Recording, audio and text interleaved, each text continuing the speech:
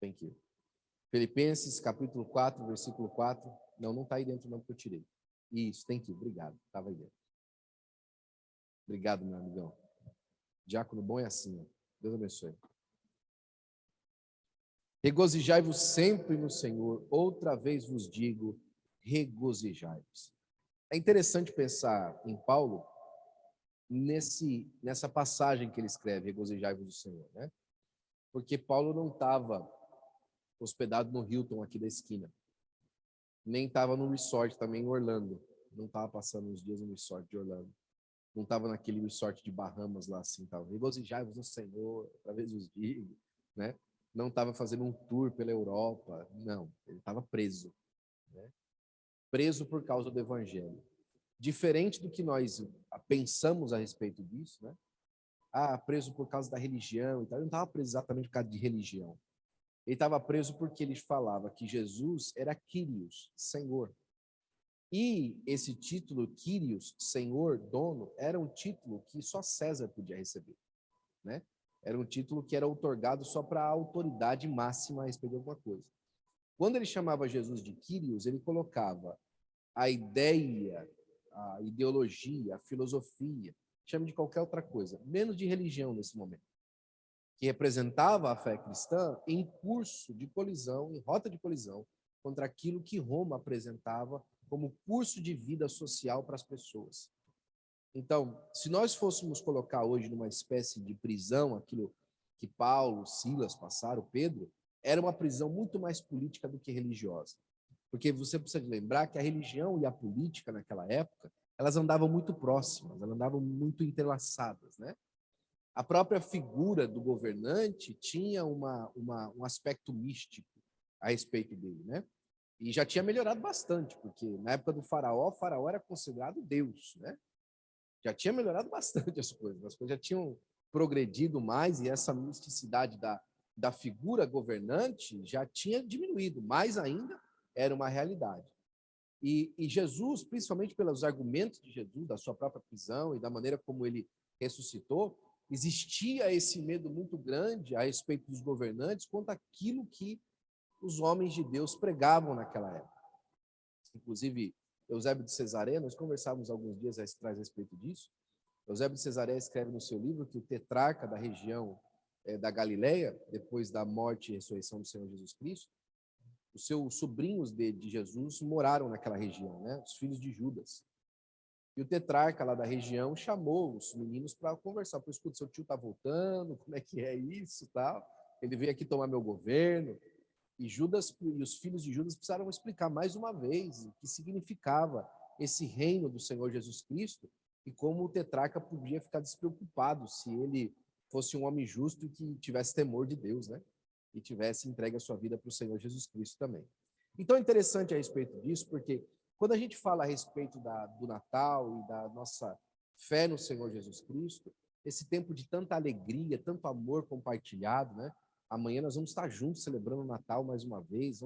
A minha estava lá ontem já comprando um monte de coisa, comprou carnes lá para a gente comer e hoje ela já falou para mim, olha, não coloca, olha lá o Luan, né? Glória a Deus, né, filho? Comprou carne gostosa para a gente comer. A irmã Néia foi levar um peru lá para a gente lá em casa, lá para a gente comer também amanhã. E hoje eu fui até comer antes de vir para o culto, a minha já falou, não mexe no presunto, que o presunto é da lasanha. Então o negócio está sendo preparado lá para amanhã, a gente vai comer com força, né? Glória a Deus por isso. E tudo isso é muito gostoso, é muito especial celebrar tudo isso. Mas existe essa clareza, essa figura maior, essa intenção maior do nosso coração, de entender que o Natal é o dia de celebrarmos o Senhor Jesus Cristo. Parece que a gente está repetindo as coisas e sendo, como é que é aquela palavra? Prolixo, né? Fica repetindo a mesma coisa e tal. É porque o que a gente quer é que nós entendamos que isso que nós estamos para receber no Natal e para celebrar no Natal precisa ser tomado com uma responsabilidade muito grande por parte da igreja. Nosso primeiro tópico vai dizer assim, ó, o Natal de Jesus e a provisão de Deus. E eu acho que talvez também o pastor Renan podia ter colocado assim, o Natal de Jesus é a provisão de Deus. Também ficaria bastante interessante se ele tivesse colocado o título assim, né? Porque alguém se atreve a dizer que Deus ficou em palpos de aranha quando o homem pecou, não é verdade? Tem alguém que costuma falar assim, puxa, Deus ficou numa situação difícil quando o homem pecou, né? Às vezes as pessoas até brincam assim, Deus colocou a mão na cabeça e falou assim, ai, eu mesmo, o que eu vou fazer agora? Ai, meu Deus, em vez de falar, ai, meu Deus, falou, ai, eu mesmo, o que eu vou fazer agora? O homem pecou, ele foi destituído da minha glória, né? A teologia emocional, que é o que mais está fazendo sucesso hoje aí no campo das ideias religiosas, né? A teologia que demonstra, que é empática, que fala a respeito de sentimentos e ações, ela tenta colocar Deus num conduíte de necessidade afetiva, assim como o homem tem, né? Um ser que necessita de afetividade, como o homem tem. Apesar de Deus gerar afeto e ter afeto, ele não está subjugado ao afeto como o homem está. O Dr. Ravi Zacharias gostava de explicar assim. Quando eu falo que eu amo alguém e não sou correspondido, eu fico triste. Porque eu entreguei alguma coisa para alguém e não recebi nada de volta. Eu perdi alguma coisa. Eu doei amor a alguém e não recebi de volta. Eu fico triste. Deus, quando oferece amor e não é retribuído, também se entristece. Mas é diferente. Ele não se entristece porque ele perdeu alguma coisa, mas porque o objeto a que ele amou perdeu alguma coisa em receber o seu amor. O amor, para ser amor, precisa ter com que as partes que participam do relacionamento amoroso receba esse amor de maneira voluntária. É por isso que alguns entendem, e principalmente essa ideia lógica a respeito da divindade foi desenvolvida mais pelos gregos, e os gregos adotaram essa coisa quase que matemática e aritmética a respeito das coisas que dizem respeito à divindade, que tudo é uma equação correta e precisa a conta bater no final, né? Já os judeus já não eram tanto assim, eles entendiam as crises, os complexos, os mistérios, os enigmas. O grego não aceitava muito enigma, ele precisava chegar à ideia completa da coisa, e quando ele não chegava, ele dava um jeito de inventar, né? Que ele chegou à ideia daquilo ali. Demonstra esse problema criado pela filosofia da religião, de entender que quando o homem peca, então Deus está numa condição difícil. Deus está em palpos de aranha. Meu Deus, o que eu vou fazer? O homem pecou, o pecado afasta ele de mim. Nós estamos agora em objetivos diferentes. Lembra o que Oséias fala na sua leitura? Ele fala assim: andarão dois juntos se não concordarem? Andarão dois juntos se concordarem? Eu gosto sempre de pensar nisso.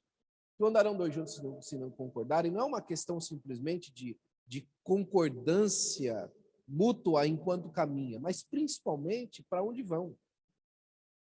Tem possibilidade de, se nós não concordarmos no objetivo da vida, nós andarmos juntos muito tempo? Não. Porque se você está indo para Nova York e eu estou indo para o Havaí, a gente consegue ir junto até o aeroporto. Depois daí o avião vai para um lado, outro vai para o outro. Não tem condições de nós andarmos juntos se os objetivos da vida são diferentes. E é justamente o que cria o problema do pecado. É que, porque o homem escolhe comer o fruto do conhecimento do bem e do mal, a partir dessa escolha, ele agora coloca-se numa situação de poder também escolher tudo a respeito daquilo que diz respeito àquilo que Deus disse de certo e errado. Ele agora pode desconstruir as verdades de Deus para construir uma própria perspectiva sua. Qual que é o problema disso? O problema disso é que ele não se sustenta. Porque tudo que Deus diz é verdade. E é isso aqui que eu gosto, às vezes, de exercitar, para a gente entender como é que tudo que Deus diz é verdade, né? É porque se Deus falou, se não era verdade há um minuto atrás, porque ele disse, passa a ser verdade. As palavras de Deus não podem cair por terra. A palavra de dele é vida. A palavra de dele é uma palavra criativa. Por isso que Deus, quando fala lá a partir do bara, que o Raul gosta bastante desse conceito aí do nada, né, do nihilismo, que a partir daquele momento Deus fala alguma coisa, as coisas começam a acontecer, é compreensível, principalmente para o judeu. Porque quando Deus fala alguma coisa, é imperativo que o que ele disse venha acontecer. faz parte do caráter de Deus, da condição de Deus, das características inerentes, imanentes daquilo que Deus é. Quando Deus fala alguma coisa, as coisas vêm a acontecer. O homem não tem o mesmo poder. Então, quando o homem diz alguma coisa contrária ao que Deus disse, adivinha, o homem já está no engano. E o engano é pecado. E o pecado afasta o homem de Deus. Aí eu falo assim, Deus colocou, né, ficou em palpos de aranha, né, que ele precisava de um plano B. Mas nada poderia estar mais distante da realidade, mais mergulhado em completa ignorância. A palavra de Deus afirma, a realidade mostra, a experiência prova que o nosso Senhor, nosso Deus, é onisciente, onipresente e onipotente. Onisciente porque ele conhece todas as coisas, né? Onipresente porque ele está em toda parte, e onipotente porque ele pode todas as coisas, né? Portanto, nenhuma coisa poderia surpreender a Deus. E aqui está, né? Esses dias atrás eu discutia com alguns irmãos a respeito lá no nosso Bible College, até conversei com um, ele trabalhou num livro nosso do Bible College, e fui discutir com ele um artigo de um famoso teólogo americano chamado John Piper.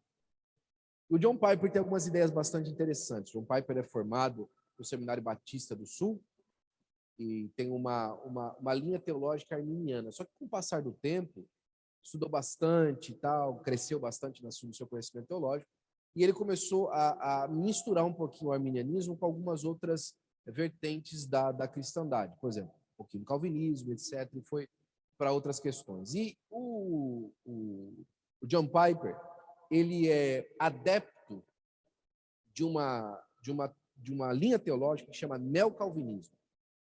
E o neocalvinismo mistura um pouco do arminianismo com o calvinismo clássico, né?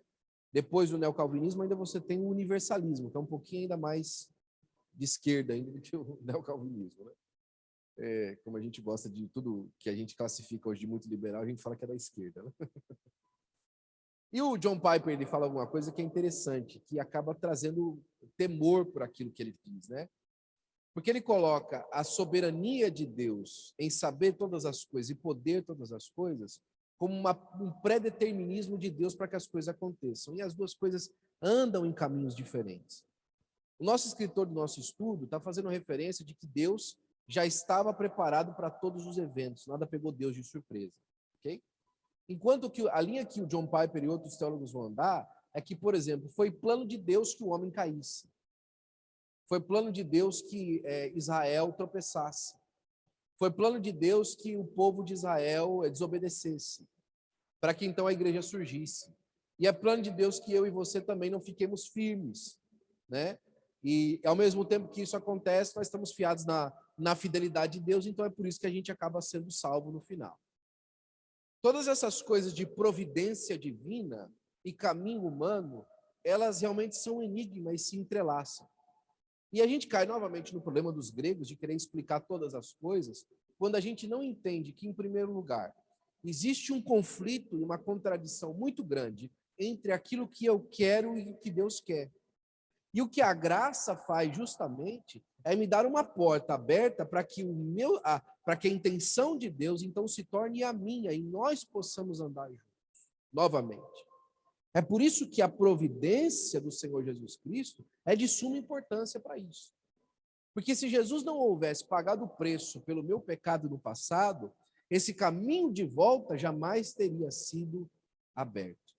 Então, é essa necessidade que fez com que o porquê que Jesus teve que nascer. Jesus teve que nascer porque o pecado foi feito e foi cometido na esfera humana, né? Foi o homem que pecou, não foi Deus que pecou. Então, aquele que quebre, que pague. É um velho ditado aí, né? Quebrou, pagou. Quem quebra, tem que pagar. Se quem quebra não tem condições de pagar, alguém com condições tem que pagar por aquela pessoa que quebrou alguma coisa. Nesse sentido, existe alguma coisa que a gente gosta muito, né, Raul? Que é a tipologia bíblica, na é verdade? Que desde o Antigo Testamento vai mostrando esses tipos de remissão, de remidor, de fiador, mostrando que há necessidade que quando aquele mais fraco não tem condições de cobrir a sua dívida, aparece alguém que faça, né? Lembra de Benjamim? Quando José coloca o copo dentro do saco para que Benjamim fosse culpado, os calvinistas gostam bastante disso, tá vendo? Foi o próprio Deus aqui na tipologia que fez na Benjamim. Você lembra que ele fica lá dentro lá e ele acaba sendo culpado? Judá aparece, opa, eu fico no lugar dele, da dívida dele, né?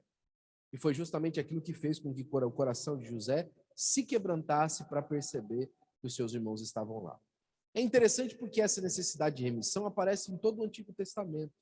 A própria Ruth, a sua sogra, a Noemi, também precisaram de um parente de remidor para poder recuperar as terras da sua família, né? Mesma condição difícil e tudo mais. O próprio Mefibosete, também, como a gente ouviu alguns dias atrás a palavra de Deus falando a respeito de Mefibosete, também precisou de alguém que cobrisse e restituísse ele daquilo que era seu no passado. Então a gente percebe que essa ideia de alguém pagar por alguém é um conceito que foi construído no Antigo Testamento justamente para que nós pudéssemos entender. Obrigado. O advento do Senhor Jesus Cristo, que quando veio realmente trouxe salvação e transformação. Olha lá, Gênesis capítulo 2, versículo 25, fala que ambos estavam nus, o homem e a sua mulher, e não se envergonhavam da sua nudez. Então, quando os olhos deles foram abertos, eles conheceram que estava nus e coseram folhas de figueira e fizeram para si aventais. Aqui existe um tipo muito importante para que nós percebamos as religiões humanas, os adventos humanos, né? O homem tem a necessidade de cobrir os seus erros, ele quer fazer alguma coisa para apagar, para cobrir os seus erros. Mas o melhor do que o homem pode fazer, a única coisa que ele consegue fazer é coser folhas para cobrir a sua nudez. E quando Deus olha para as folhas cozidas para cobrir a nudez, o parecer de Deus sobre aquilo é: isto é insuficiente. Por aquilo que vocês fizeram contra mim é insuficiente. É por isso que o Novo Testamento é enfático em dizer que ninguém por obras pode ser salvo. Não existia ninguém que pudesse por obras ser salvo. O escritor aos Hebreus ainda escreve de maneira mais ainda forte, né? Ele fala assim: olha, sem derramamento de sangue não há remissão de pecados. Alguém tem que pagar. Por quê? Porque o pecado é um crime hediondo contra Deus e a pena do pecado é a morte. Para que a morte aconteça, precisa ser sangue derramado. Nesse mesmo contexto que o homem vai lá e cose folhas para que ele cubra a sua nudez, Deus vai e mata um animal para cobrir o homem. Ele fez para o homem uma roupa de peles de animais. Ele precisou matar um animal para que o homem fosse coberto. Olha só que conceito já interessante lá, né? Para que o homem tivesse salvação, para que o homem fosse coberto do seu pecado naquele momento, um animal precisou morrer. O conceito, então, de morte substitutiva começa a partir daí, de que alguém precisava ser substituído. Só que a própria palavra de Deus vai dizer mais para frente que o sangue de bodes, né, e de ovelhas e de cordeiros não pode oferecer perdão de pecados. Não consegue cobrir. Lembra que o próprio Saul, ele pegou e salvou lá os bezerros, o gado dos amalequitas lá para pegar e para dizer para o Samuel oferecer para o Senhor teu Deus, né? E aí o Samuel chega e fala assim: rapaz, mas Deus gosta tanto assim de sangue assim, que você precisa de fazer isso aí? Não é melhor obedecer? Melhor coisa é obedecer do que sacrificar, né? É justamente por conta disso, porque nenhum sacrifício conseguia cobrir o tamanho da desobediência. O sacrifício não surge como uma obediência. O sacrifício surge por conta da desobediência. Não queira aparecer santo para Deus se sacrificando. Queira aparecer santo para Deus obedecendo primeiro, antes de qualquer sacrifício. É por isso que não havia aparecido ninguém ainda andando na terra, e por isso que o Senhor Jesus Cristo teve que nascer, porque não existia nenhum justo sequer, para que pudesse para que pudesse oferecer a sua vida em obediência a Deus como um sacrifício puro, santo e agradável a Deus, né? E aí Romanos 5:8, mas Deus prova o seu amor para conosco, em que Cristo morreu por nós, sendo ainda nós pecadores. Glória a Deus por isso, né? O nascimento de Jesus é a revelação do plano divino. O nascimento do Senhor Jesus é a revelação do plano de Deus para a nossa salvação, bem como o aparecimento da igreja no contexto da salvação do homem e da aplicação da graça de Deus, foram certamente uma grande surpresa para o inimigo das nossas almas. Noah, eu acho que esse microfone, filho, vai acabar a bateria. Você não quer pegar um aqui para o pai, enquanto o pai continua falando, fazendo favor? Por gentileza? Colossenses capítulo 1, versículo 26 ao 28, vai dizer assim, ó: o mistério que esteve oculto desde todos os séculos, em todas as gerações, e que agora foi manifesto aos seus santos, os quais Deus quis fazer conhecer quais são as riquezas da glória deste mistério entre os gentios, que é Cristo em vós, a esperança da glória, em quem anunciamos, admoestando a todo homem, ensinando a todo homem em toda a sabedoria, para que apresentemos todo homem perfeito em Jesus Cristo. Ele ainda escreve também para a igreja de Éfeso, capítulo 3, versículo 8.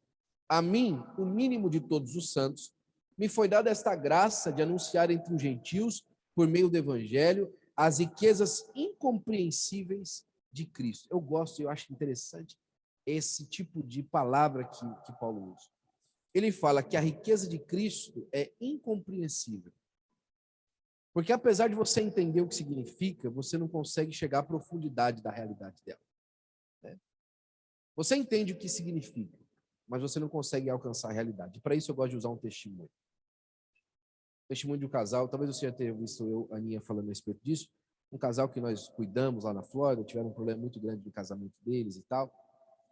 E eu lembro a primeira vez que nós almoçamos, na verdade, com eles, logo depois que começou a restauração na casa deles, né? E eles passaram por problema de possessão demoníaca dentro da casa, opressão demoníaca, um negócio feio mesmo, coisa de filme, né? Filme de terror. E nós estávamos jantando, almoçando esse dia e tal, e ela olhou para mim, olhou para a Ana, assim, sentada. Ela falou assim, olha, realmente Jesus é muito maravilhoso. Eu não entendo. Porque, olha, depois de tudo que eu fiz, chegar na minha casa e ter paz, isso é inconcebível, pastor. Abrir a porta da minha casa e sentir paz dentro da minha casa é inconcebível. Depois de tudo que nós fizemos, né? Eu lembro até que o esposo dela no momento falou assim, minha filha, mas nós não fizemos tanta coisa assim, né? Ela olha para ele e fala assim, fizemos sim. Nós fizemos sim muita coisa. E Deus nos deu essa graça de nos sermos perdoados por Ele. Incompreensível. É por isso que certo poeta fala assim, porque Jesus me ama, eu não posso te explicar. Eu não tenho como te dar motivos assim, né? Porque se tem alguém que conhece eu e você mesmo, é Jesus. E mesmo assim ele ama a gente mais do que qualquer outra pessoa. Não é? Isso é maravilhoso.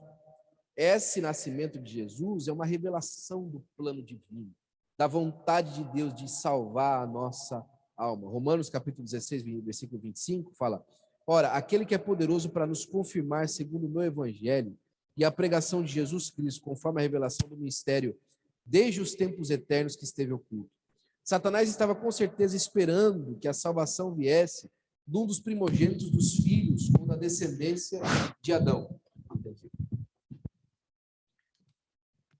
Satanás estava com certeza esperando que a salvação viesse de um dos primogênitos dos filhos ou da descendência de Adão, da linhagem de Sete, dos filhos de Sem, da descendência de Abraão, do primogênito de Jacó, dos primogênitos das tribos de Israel. Por quê? Porque Deus havia dito à serpente que da semente da mulher, ele levantaria um que lhe feriria a cabeça. Deve ser o número 13, tá, filho? Liga tira ele do mudo aí, porque senão não vai sair para a internet. Senão não vai sair para a internet lá para os irmãos e a gente não vai poder gravar também. Se estiver saindo nas caixas aqui, tá saindo para todo mundo, tá? Então tá bom. Ótimo. Thank you. O mistério de Deus é que era da semente dos filhos ou dos primogênitos que derivariam de Adão, não era da semente deles, mas da semente da mulher.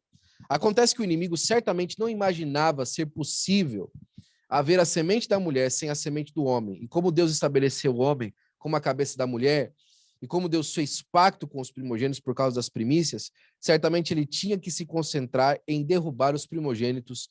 Foi um ledo engano de Satanás. O que Satanás imaginava era que Deus vai seguir essa regra aqui, ó, essa regra aqui, ó, essa maneira como ele faz, né? Porque Deus tem esse negócio de fazer essas coisas tudo nas regras que ele propõe, então ele não vai sair da regra que ele propôs. A seu tempo, ele pensava que seria dessa forma, né? Dessa forma que aconteceria as coisas, e seria assim, e passaria desse jeito, e Deus ia usar aquela mesma regra que ele mesmo usa sempre. Só que existe uma passagem lá em Isaías, que Deus fala assim: eis que faço uma coisa nova.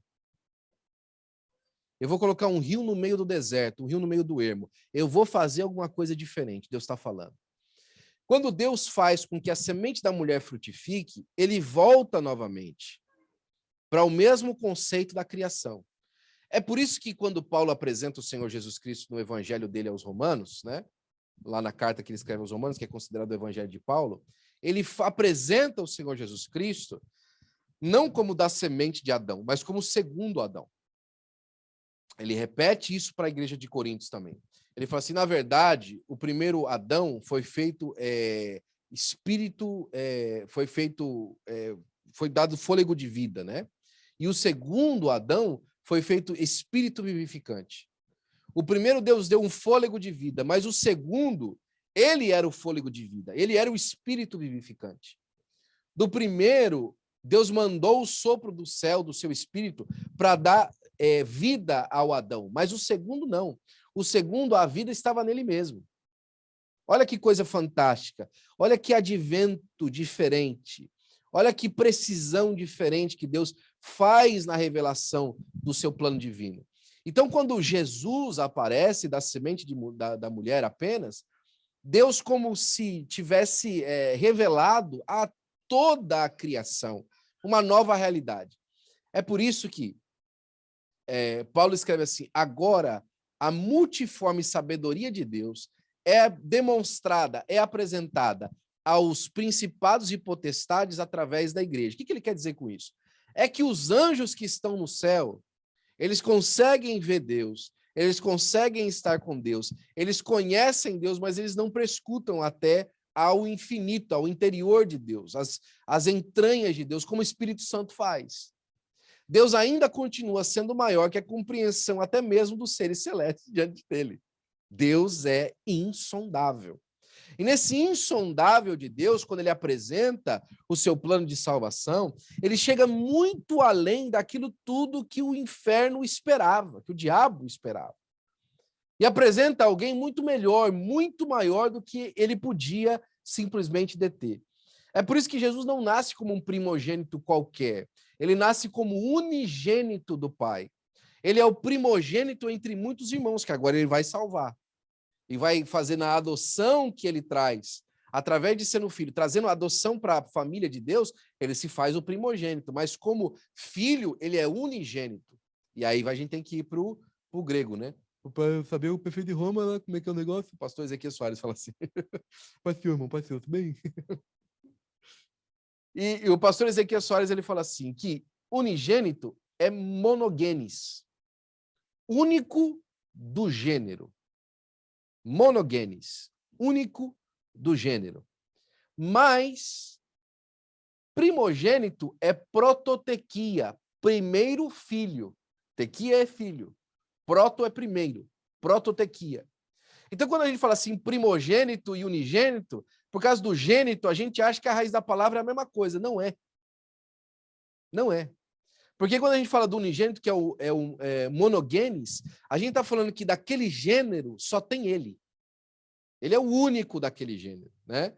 Nenhum outro na história antes nem depois foi do mesmo elemento que o Senhor Jesus Cristo foi. E é por isso que é interessante, e aliás, isso deu abertura, não é o nosso assunto, a gente já vai para frente, isso deu muita abertura para muita heresia, porque isso é um mistério, né? Inclusive, por causa dessa união dessas duas naturezas, é que surge, por exemplo, a teologia do Ário. E o arianismo, a teologia do Ário, dizia que Jesus não era nem 100% de uma natureza, nem 100% de outra.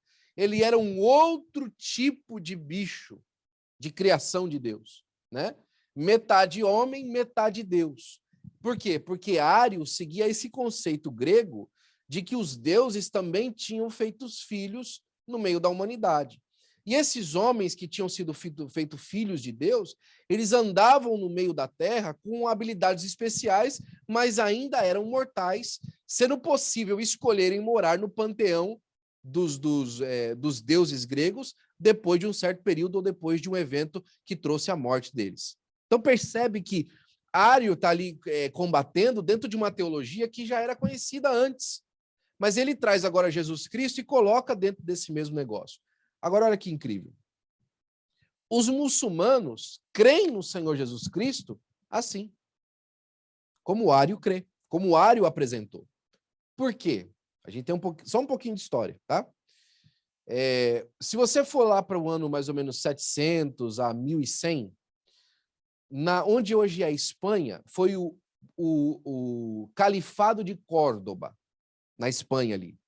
E o Califado de Córdoba foi quando os muçulmanos, né, mais precisamente os mouros, eles invadiram a Europa e cuidaram daquela área ali por muitos anos. Se você for lá hoje na Europa, aquela região ainda tem muita mesquita, tem muito árabe ali.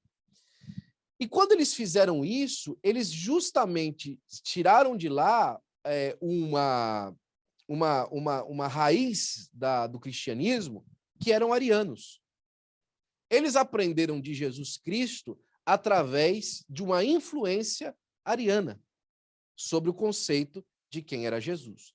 Logo, o próprio Alcorão traz na sua tradição, apresentando Jesus Cristo num conceito ariano, né? De um ser que é híbrido, metade homem, metade Deus. E como a heresia, não existe heresia sem passagem bíblica, tem algumas passagens bíblicas que eles distorcem para justamente tirar esse conceito. O que a Bíblia nos apresenta é completamente outra coisa. É que na pessoa de Jesus, o homem, 100% homem, habitava 100% a pessoa do Filho de Deus.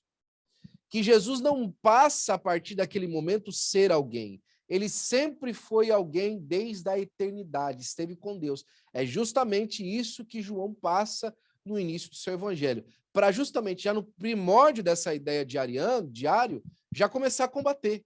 Ainda Ário nem tinha aparecido e João já dá o veredito dessa doutrina de Ário. Olha, ele estava no princípio com Deus e ele era Deus.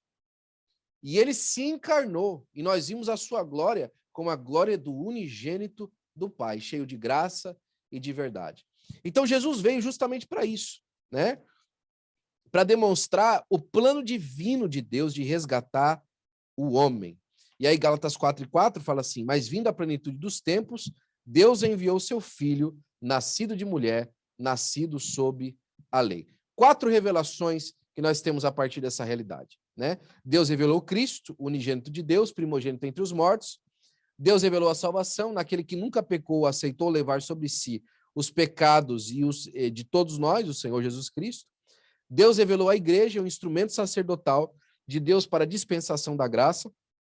O mistério é aquilo que esteve oculto, mas foi revelado em Cristo. Será que alguém pode abrir para mim aí Isaías capítulo 54?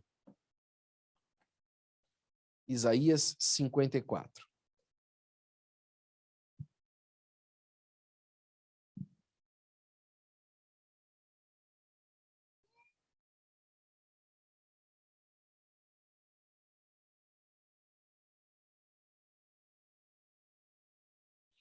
Pode ler do versículo 1 até o 7? Canta alegremente, ó estéreo, que não desce a luz.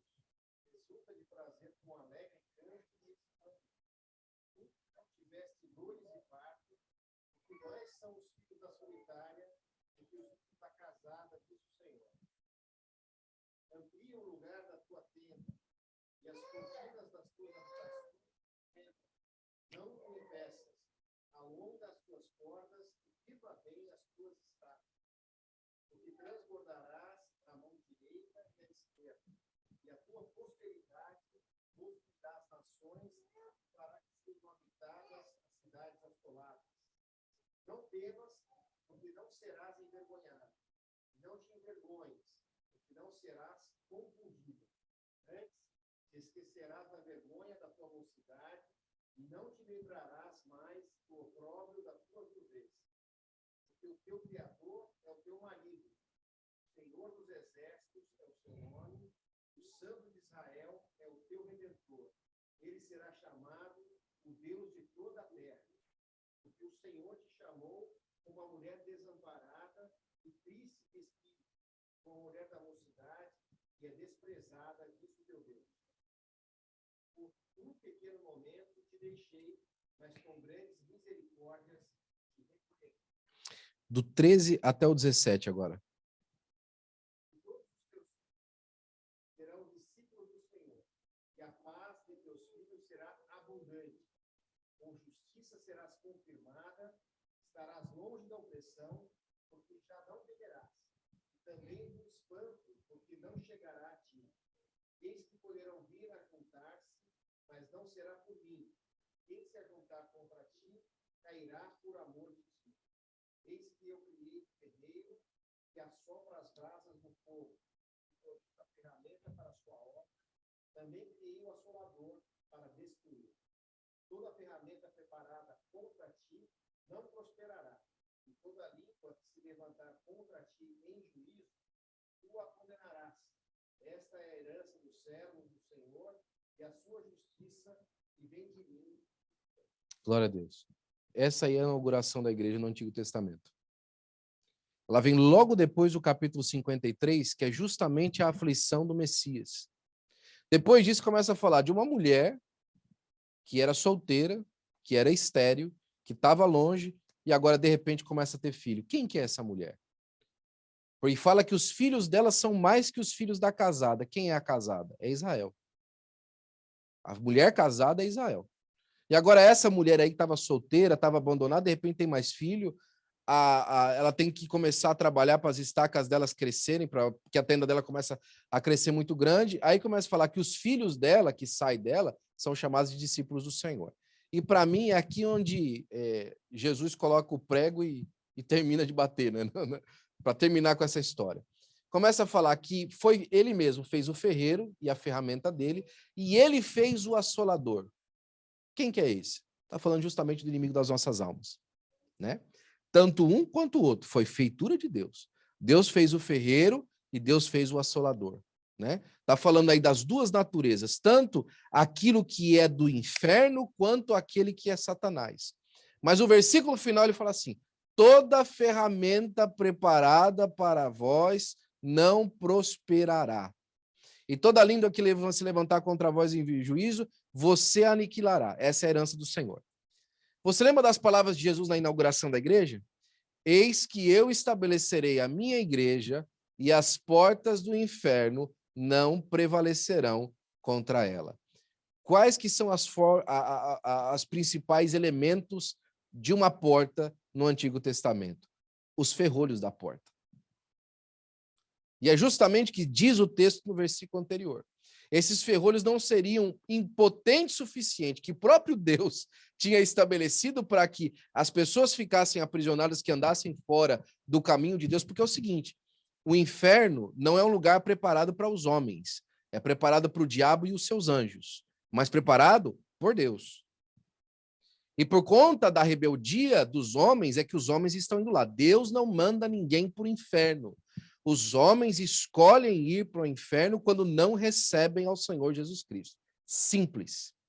E o que o texto justamente está dizendo é que por conta de não receber, justamente o que o texto está dizendo é o seguinte, que por conta de Deus ter agora escolhido essa mulher e ter dado filhos a ela, e ter estabelecido ela de uma maneira diferente, aquilo que havia sido preparado pelo próprio Deus agora não está mais contra ela, porque ele colocou uma herança nova para ela, através da remissão que ele deu.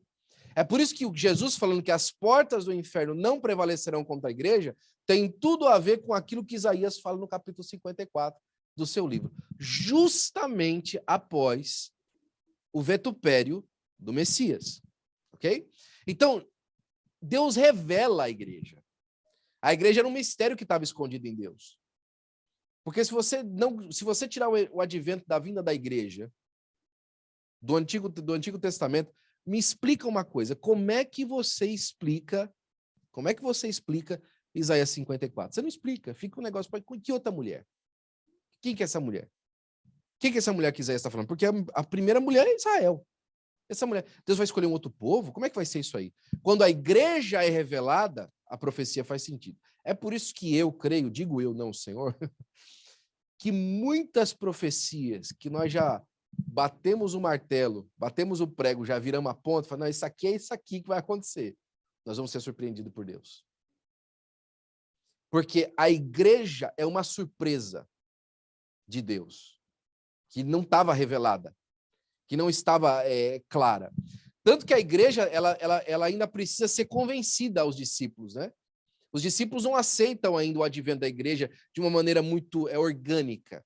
Não, a igreja é só para os judeus. Não, isso aqui é uma coisa que Jesus fez para os judeus. Não, a igreja é de todos os povos, de todas as nações. Você vê ele falando aqui, olha, vocês vão dominar sobre todas as nações, vocês vão estar espalhados pelo mundo. Vocês não vão ser de um povo só ou de outro povo só. O mundo inteiro você está. Então, de maneira divina e gloriosa, Deus revela isso, né?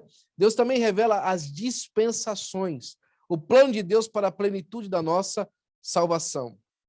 Ele fala da plenitude do mistério, aquilo estavam escondidos ainda no tempo do mistério, que as coisas Deus ainda não havia revelado. Na plenitude dos tempos, quando o tempo foi marcado para que o advento do Messias pudesse acontecer.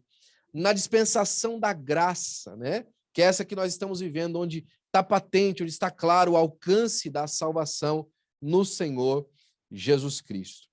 As diferentes emoções do Natal, e nós já estamos para terminar. A realidade é que toda essa beleza que a gente enxerga e que a gente vê, né? A gente sabe que Jesus veio para a provisão da nossa provisão da nossa salvação, que veio salvar a humanidade, né? Eu gosto de dizer que Paulo consegue resumir a Bíblia de uma maneira muito gloriosa. Ele fala assim: essa é uma palavra verdadeira e digna de toda aceitação. O que Paulo está dizendo? Ele falou assim: ó, isso aqui você pode pregar em batizado de menino, você pode pregar em velório, você pode pregar no bar, você pode pregar no ônibus, em qualquer lugar da vida que você for, você pode pregar. Uma palavra fiel e digna de toda aceitação. Com isso aqui, ninguém vai brigar e vai arrumar confusão com você. Com isso aqui, você nunca vai ser teologicamente incorreto. Nessa história aqui não existe universalista, não existe calvinista, arminiano, não tem ninguém que vai discordar disso aqui. Que Jesus veio ao mundo para salvar os pecadores. Uma palavra fiel e digna de toda aceitação. Aqui não tem confusão nenhuma, até o católico aceita. Até o pai de santo aceita, que essa é uma realidade, né? É uma realidade inconteste que Jesus veio ao mundo para salvar os pecadores. Isso é glorioso. E essa glória, quando a gente percebe no Natal que entende essa vinda do Senhor Jesus Cristo, tem gente que fica triste. Por que você está triste? É porque é Natal, minha mãe morreu. Mas sua mãe morreu quando? Faz 15 anos que a minha mãe morreu. Eu estou triste porque é Natal. Você sabe que tem dois lados da história, né? O primeiro é o que está no nosso estudo, que é muita realidade. Como é que você vai no aniversário de alguém e vai ficar triste porque um evento que aconteceu ao seu respeito está te atrapalhando a ter alegria, né? Eu tô aqui, hoje é aniversário da Daninha, mas eu estou muito chateado porque eu não ganhei na loteria quando eu tinha 15 anos de idade, eu apostei e tal, $1 e eu não ganhei na loteria, mas hoje é aniversário dela, eu sei. Mas eu lembrei disso, vendo o aniversário dela, eu lembrei disso, que eu não ganhei na loteria.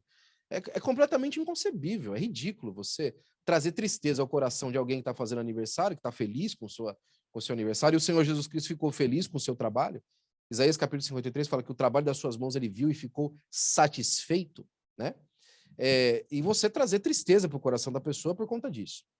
Só que, em contrapartida, o aniversário de Jesus não é tão simples assim. Ele é uma pessoa. Só que ele não é uma pessoa tão simples assim. Ele é a pessoa. Né?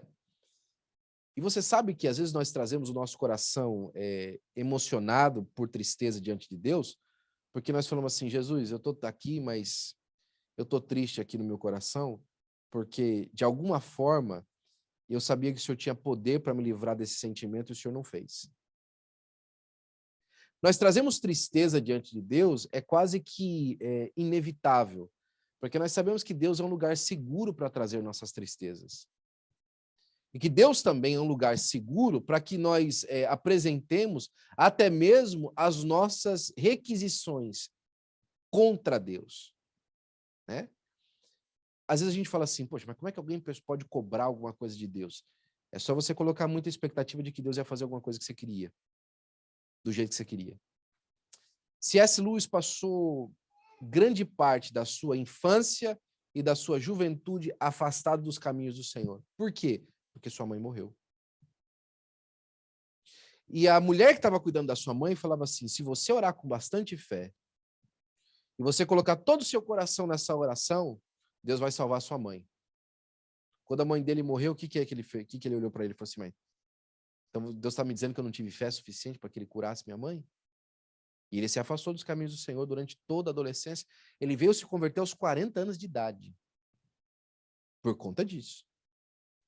Então, as pessoas ficarem tristes por conta de do Natal, por exemplo, de uma lembrança que ele tem da família, é justamente por entender que Jesus era a pessoa capaz de fazer a família dele se unir. Ele não consegue estar contente apenas com Jesus. Ele queria estar contente através das coisas que Jesus faz. E aí ele cai no mesmo erro de novo.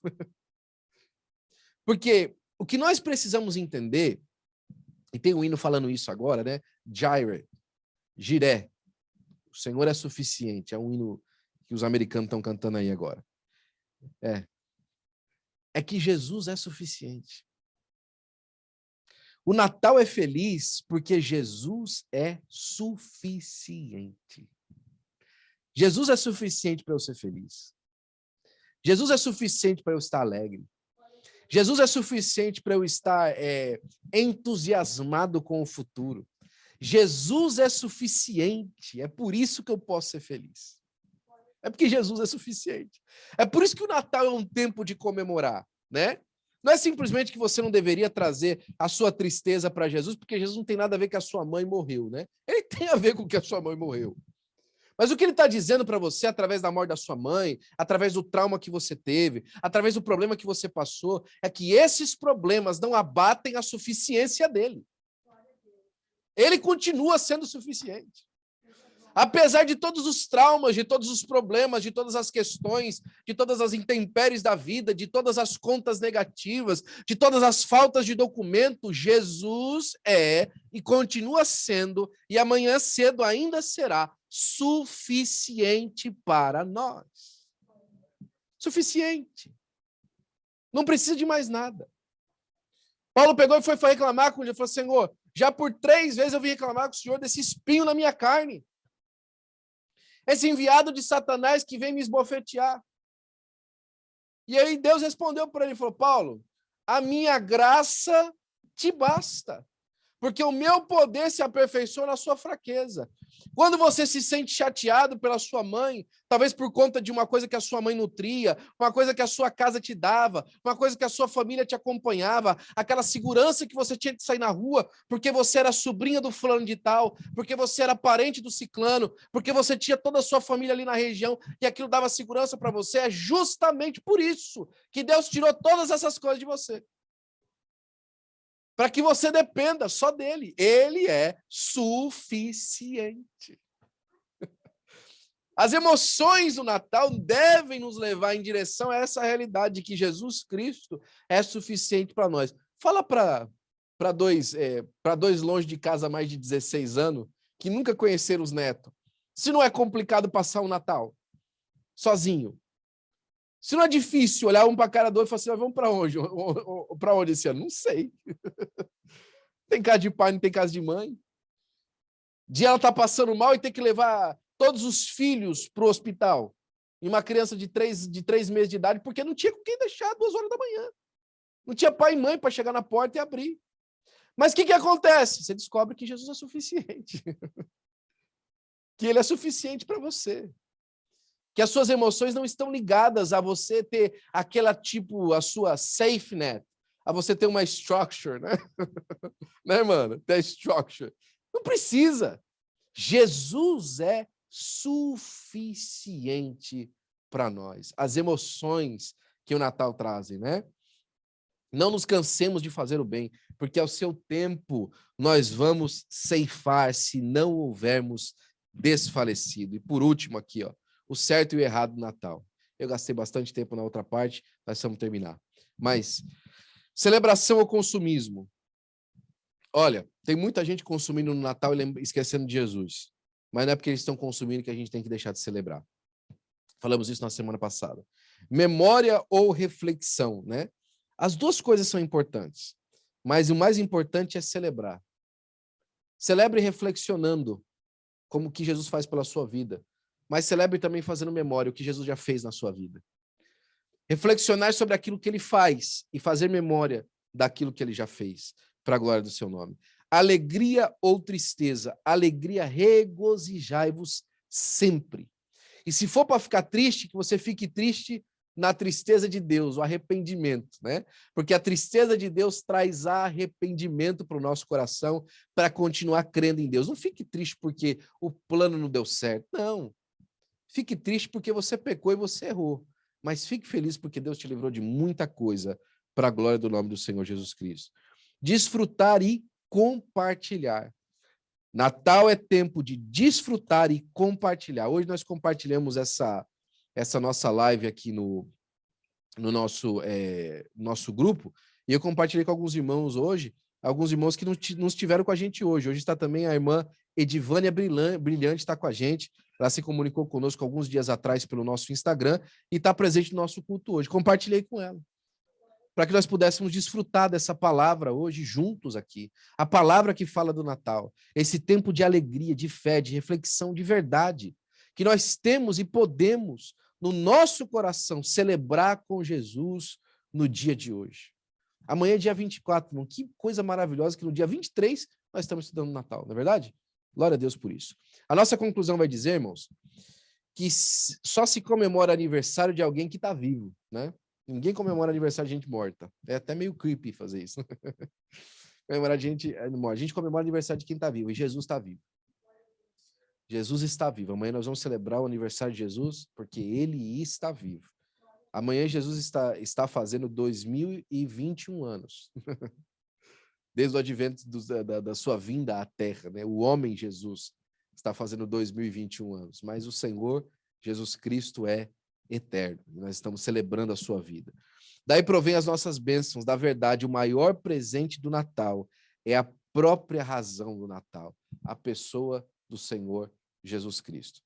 Hoje eu e a Aninha à tarde procurávamos presente para alguns amigos que nós estamos querendo mandar, e o presente estava sold out. Caçamos de um lado do outro, tal, e sold out, e tentamos achar de um outro jeito, tal. Por fim, ela conseguiu escolher uma outra coisa lá que ela achou bonita. Nem sei se ela conseguiu fazer. Conseguiu fazer? Não? Vai ficar soldado de novo. E a gente estava procurando um presente e tal, estava sold out. Jesus é um presente que nunca vai ficar sold out. Jesus é um presente, irmãos, que não vai chegar um dia e não vai ter mais como você achar lá. Ele vai estar sempre presente, né? Um dia, na verdade, ele vai ficar unavailable, mas jamais sold out. O poder de Jesus de salvar nunca vai acabar. Um dia, o acesso à graça de Deus vai se findar. Mas a capacidade de Jesus salvar é eterna. Ele é o mesmo ontem, hoje e eternamente. Por que você não fica de pé e nós fazemos uma oração de gratidão a Deus pelo Natal? Não adianta a mesa farta se não recebemos o presente da vida que ele trouxe no verdadeiro Natal. Amanhã vai ter muita comida, irmãos, para a gente celebrar. Mas o maior presente é a pessoa do Senhor Jesus Cristo. Vamos orar, Pai? Nós queremos te dar graças, Senhor, nessa noite, Senhor, pelo presente, Pai, que o Senhor nos deu através da pessoa maravilhosa do Senhor Jesus Cristo. Obrigado, Senhor, porque o Senhor nos não deixou órfãos, ó Pai, à mercê, Senhor, da nossa próprio problema, Senhor, do nosso próprio pecado, Senhor, mas o Senhor nos mandou o seu Filho amado para que nós tivéssemos condições, ó Senhor, condições de sermos salvos na tua pessoa maravilhosa. Pai, nessa noite, Senhor, que nós celebramos, ó Senhor, mais uma vez, ó Pai, a tua vinda, e que amanhã, Senhor, nós vamos estar reunidos celebrando de novo, Senhor. Pai, cobre as nossas vidas com teu sangue. Nos ajuda, Senhor Pai, a de coração entregar a nossa vida para o louvor da tua glória. Guarda a nossa vida em ti, Senhor. Nos usa nas tuas mãos para alcançar o ferido, Senhor, o necessitado, o oprimido, Senhor, e fazer, Senhor, no coração deles também, Senhor, e plantar no coração deles também, Senhor, a semente que vai brotar o teu evangelho para a renovação das vidas, ó Pai. Parabéns, ó Senhor Jesus, pelo teu aniversário, Senhor, e muito obrigado pela salvação da nossa alma. E para sempre nós te daremos a honra, a glória e o louvor, em nome de Jesus. Amém.